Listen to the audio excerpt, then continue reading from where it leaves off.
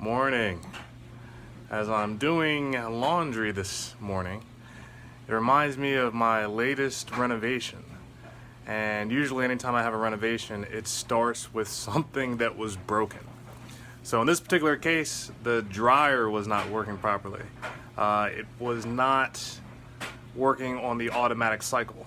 And at first, I thought that I figured out what the problem was. So if you see this box behind me over here, I have a bulkhead. Looks like so. And I thought a sensor had gone bad there. That was my first inclination after some research that I did.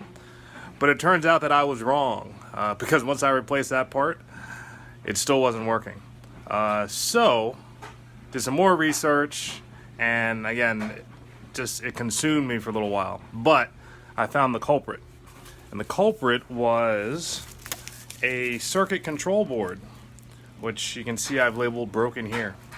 Now, once I actually fixed that, well, I started looking at the laundry room and I'm like, I've been looking at this for way too long.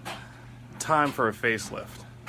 So follow me on the journey of the laundry room renovation.